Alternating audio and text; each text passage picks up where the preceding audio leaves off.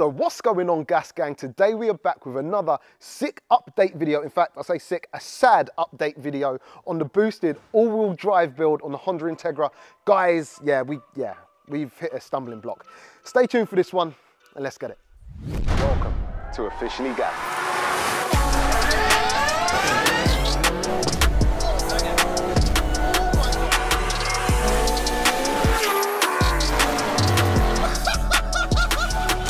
Let's get it.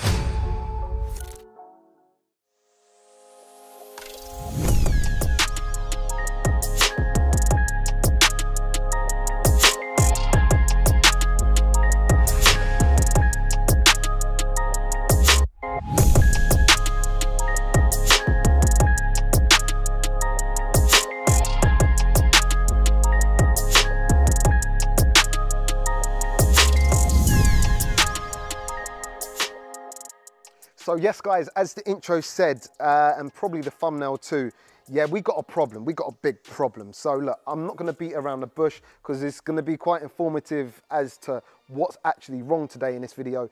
Basically, the forged engine I bought, and yes, I bought it secondhand, has a lot of problems. A lot of problems, guys. It's pretty much ruined. Believe me, it's going to be expensive, put it that way.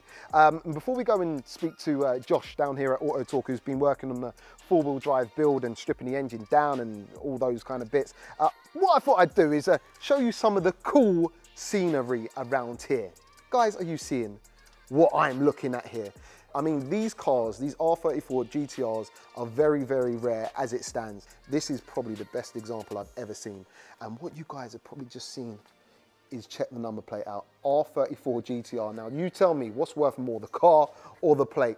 This is actually, to add to how nice this car looks, a UK car. Now that will mean a lot to people who know about R34 GTRs. I believe there was only around 80 to 100 UK cars ever built and only 3 in yellow. This is one of them.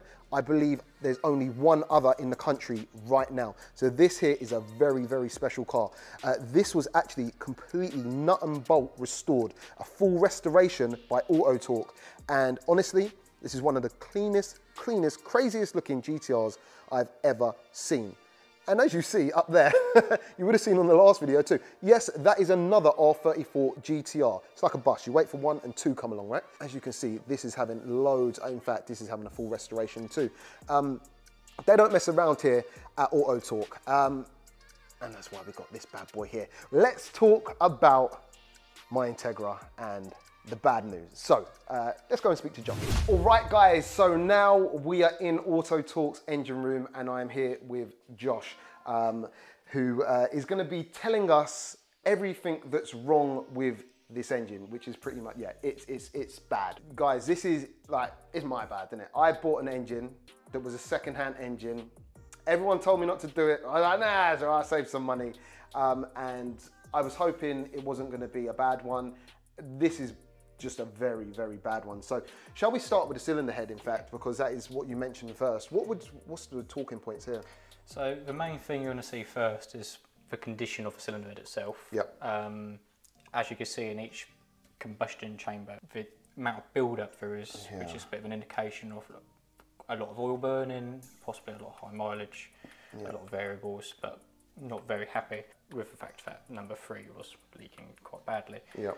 Even sat up on a headstand, you could put a bit of brake cleaner down the bores and it would just leak out past the valve.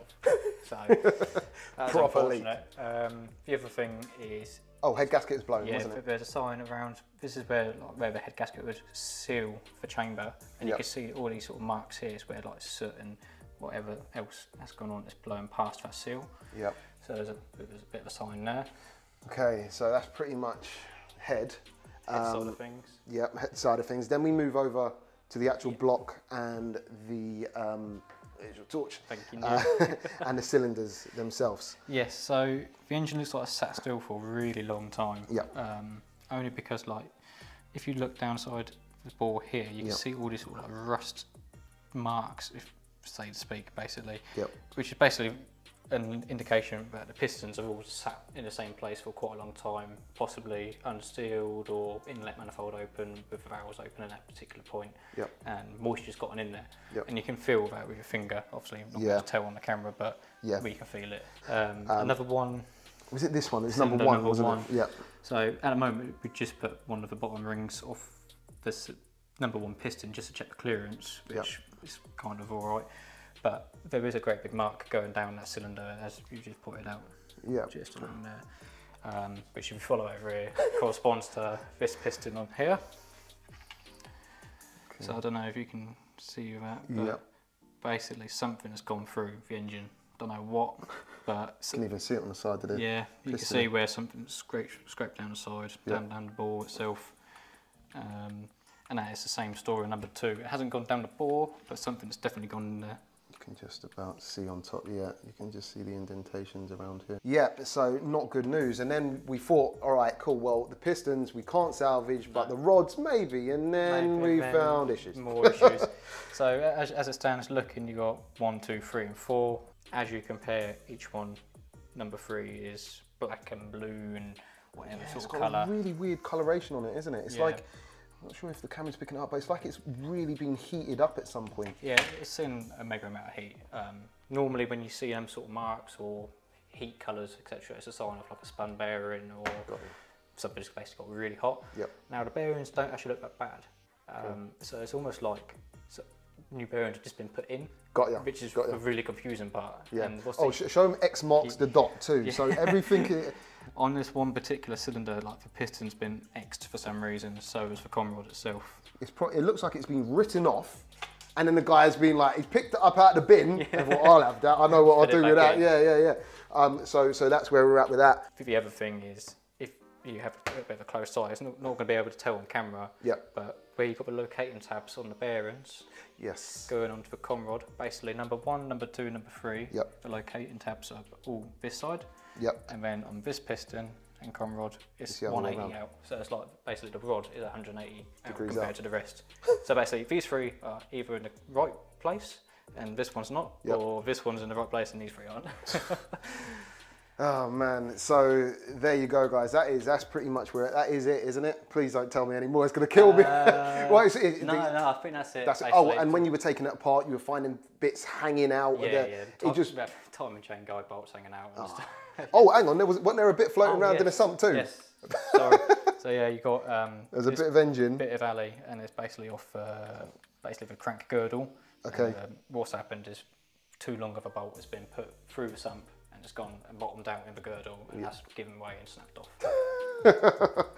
Guys, if I wasn't laughing right now, I'd be crying. So basically where we're at is, look, there's nothing that's salvageable. We're going to, you say we're going to send this block off, we think? Yeah, so the next step is to strip down to a complete block, empty block, check it out. I'm going to measure up the pistons and the cylinders themselves, see what sort of measurements we're at the moment, because we don't know whether it's standard size pistons or whether it's already been overboard, etc. So we want to know what wriggle room we've got to work with. If it gets to a point where it would be stretching this block a bit too far, we may be looking into options with your old engine. My old engine, which is over there. Which is also... Oh God, I'm nearly tripping over. Yeah, look, it just gets worse and worse. So yeah, most people are thinking, Jay, just put your standard engine back in. No, that's not going to work.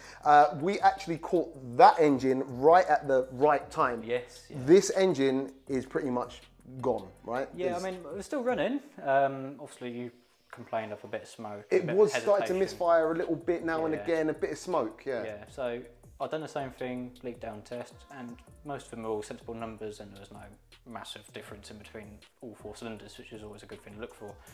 So just out of curiosity, I decided to get a bore scope down there, and number 3, well, it's got signs or something going through it. Yeah. Unfortunately, the top of the piston looks like basically... like one of those ones. So yeah, guys, it's all bad. So basically, right now, we are looking at having to build a forged engine from scratch.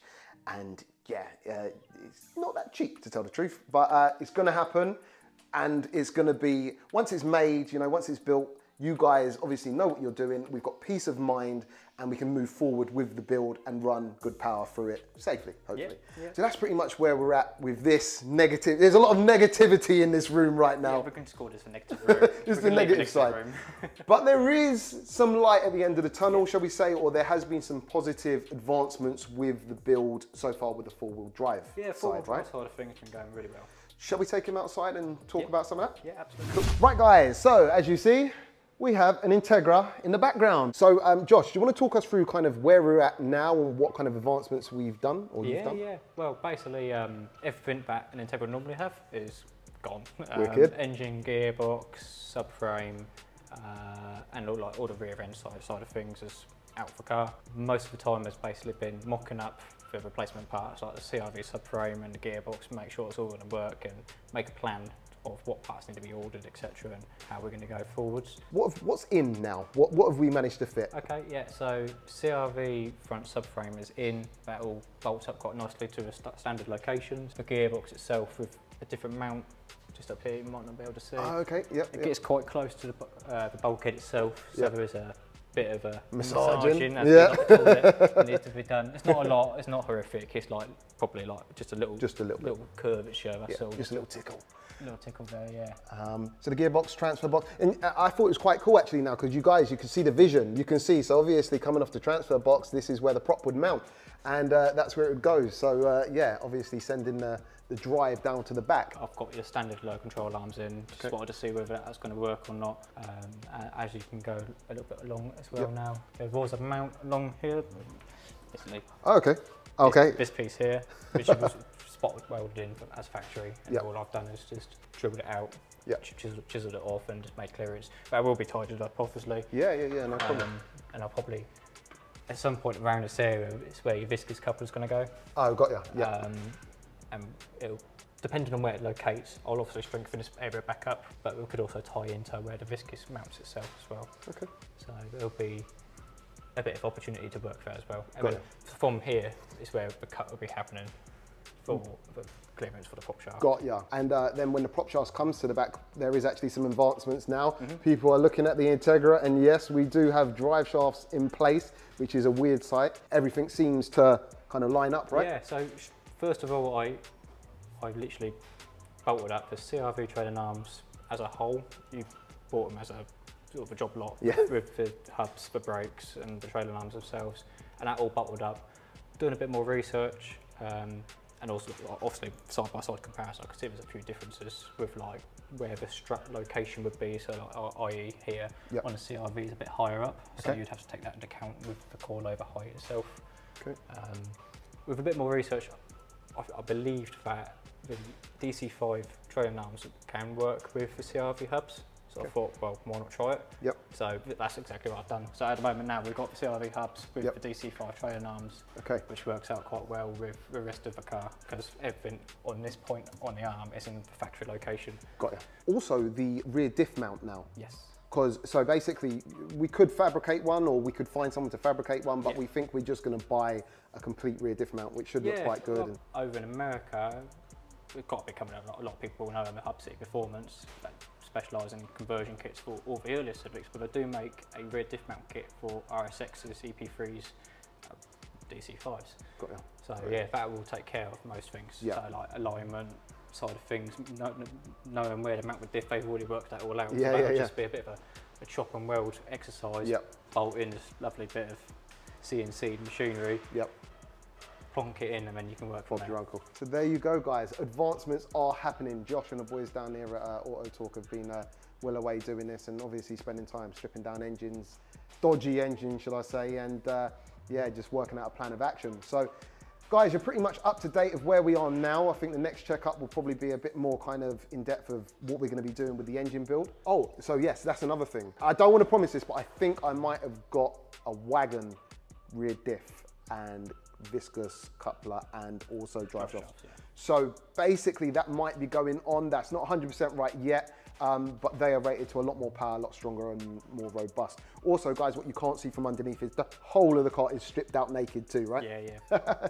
So a lot of work has been going on the inside too. You know, it's going to be a journey. It's going to be a journey. Things are going to get a little bit more expensive than we thought, but things are going to get done properly. So yeah, guys, if you have enjoyed today, don't forget to like, share and subscribe. Go and check out prior videos on this build, the whole turbo build, and obviously the initial kind of meet up when we came down to Auto Talk the first time and spoke through all the parts and everything we got and what we're going to do. And also don't forget to give Auto Talk, you know, a follow on their socials. And if you want any work doing or you want to inquire about anything, check the links. They will be in the description. So guys, with that said, yeah, I guess we'll catch you on the next one. Peace out.